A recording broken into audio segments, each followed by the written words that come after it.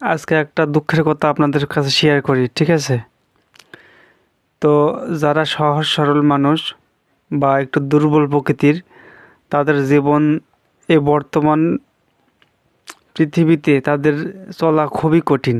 মানে তারা খুবই কষ্টে দিন কাটায়, ঠিক আছে? এখন কিভাবে দিন কাটে সেটা বলি। আমার জীবনের কথা আমি বলি। আমি মানুষের কাছ থেকে বিভিন্ন প্রকার অনেক অবহেলার শিকার হয়েছি, যা একটা ভিডিওতে বলে বলে বোঝানো সম্ভব হবে না। তো আজকে ভিডিওটি করতেছে আমি একটু কষ্টে। তো আপনারা হয়তো কোনো একটা ভিডিওতে দেখেছেন যে আমি একটা দোকান করি। তো অনেক দিন যাবত দোকান করি, দোকানের বয়স 5-6 বছর হবে। তো এখন সব জিনিসের দাম বেশি বিধায় সেই দোকান দিয়ে আমি কুলাইতে পারতেছি না। তো আমি একটা ইদানিং নতুন একটা ভ্যান কিনেছি। তো মোটামুটি সেই ভ্যানটাই আমি চালাইতেছি। আর বিশেষ করে তারপরে মনে করেন সন্ধ্যার দিকে দোকানে বসি, ঠিক আছে? দিনের বেলা ভ্যান চালাই আর সন্ধ্যার সময় দোকানে বসি। তো 2 সপ্তাহ হলো ভ্যান কেনার পর। আর এদিকে হচ্ছে আমার বাড়ির কথা বলি। আমার স্ত্রী আছে, একটা মেয়ে আছে 3 বছর বয়স। আর গত মাসে আরেকটা বাবু হয়েছে, গত মাসের 28 তারিখে। তো সে আমার স্ত্রী তার বাবার বাড়িতে আছে, যেহেতু ছোট বাচ্চা ওখানে আছে, ঠিক আছে? 10-15-20 দিন হবে আর কি, 20-25 দিন হবে আর কি, ওখানে আছে। তো আজকে আমি ভ্যান চালাতে গিয়ে হঠাৎ করে মানে একটা দুর্ঘটনার শিকার হই। মানে এই যে দেখুন অ্যাক্সিডেন্ট হয়েছি আমি। আমার পায়ে এই যে কবজি, হাঁটুতে বিভিন্ন জায়গায় আমি মানে খুব ব্যথা পাইছি। এই যে আঙুলের কাটলো গে, মানে কাটছে, আঙুল থাকে না, নখ থাকে, সেটা উঠে গেছে। মানে খুব মারাত্মকভাবে ব্যথা পাইছি। তো ব্যথা পাওয়ার পরে ওখানে যে সব ভাইয়েরা আছে আমাকে হেল্প করলো।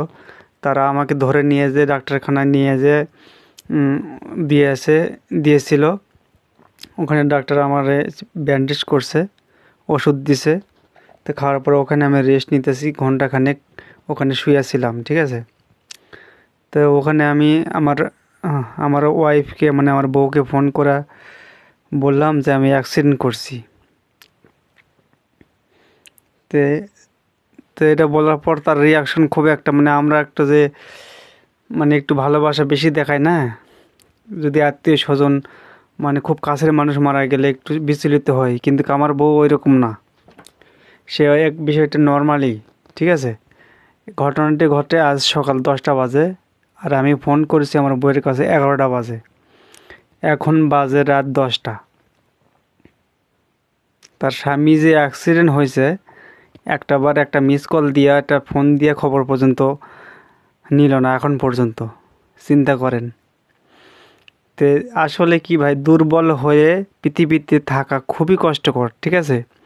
মানুষের ভালোবাসা পাওয়া যায় না, 1 নাম্বার। 2 নাম্বার, মানুষের অবহেলার শিকার, মানুষ ঠকায়, ঠিক আছে? আর কোনো সফলতা পাওয়া যায় না, মানে খুবই কষ্টের দিন কাটান লাগে, ঠিক আছে? আমি মনের কথা মানে কষ্ট খুবই লাগতেছে, আমি বুঝাইতে পারতেছি না। এটা হচ্ছে আমার জীবন, ঠিক আছে? এখন আর মানুষের কি অবস্থা আমি জানি না, তবে আমরা মেলা জায়গায় ভিডিও দেখি যে দুর্বল মানুষের কষ্ট বেশি। এটা আমি আসলে বাস্তবেই আমার নিজের দিয়ে প্রমাণ। তো চিন্তা করলাম বিষয়টা, এইগুলা কথা যে মানুষের কাছে শেয়ার করব এরকম মানুষও নেই। মানুষের কাছে মনের দুঃখ শেয়ার করলে মানুষ আবার হাসে, ঠিক আছে? তো চিন্তা করলাম ফেসবুকে বলি। আপনারা তো সবাই অপরিচিত কেউ, আর কাছের যেগুলো ছিল সবাইকে ব্লক দিয়ে দিছি। তারা ওই সামনে দেখা দেখি করলে ভিডিও করি, সেটা করি, নানান কথা বলে, ঠিক আছে? হাসি ঠাট্টা করে। এই জন্যে পরিচিত আত্মীয় স্বজন তাদেরকে ব্লক করে দিছি। আমার কথা তাদেরকে না বলে অপরিচিত মানুষকে বলি। এ হচ্ছে আমার কাহিনী, ঠিক আছে? এই যে দেখুন, আল্লাহ বাঁচাইছে, খুব একটা বিপদের হাত থেকে আজকে বেঁচে গেছি। তবে আমার জীবনে এটাই হচ্ছে প্রথম ঘটনা। আল্লাহ আসলে আমার ভাগ্য ভালো ছিল মনে হয়। তো এটাই, ঠিক আছে? আমার জন্য দোয়া করবেন, ভালো থাকবেন।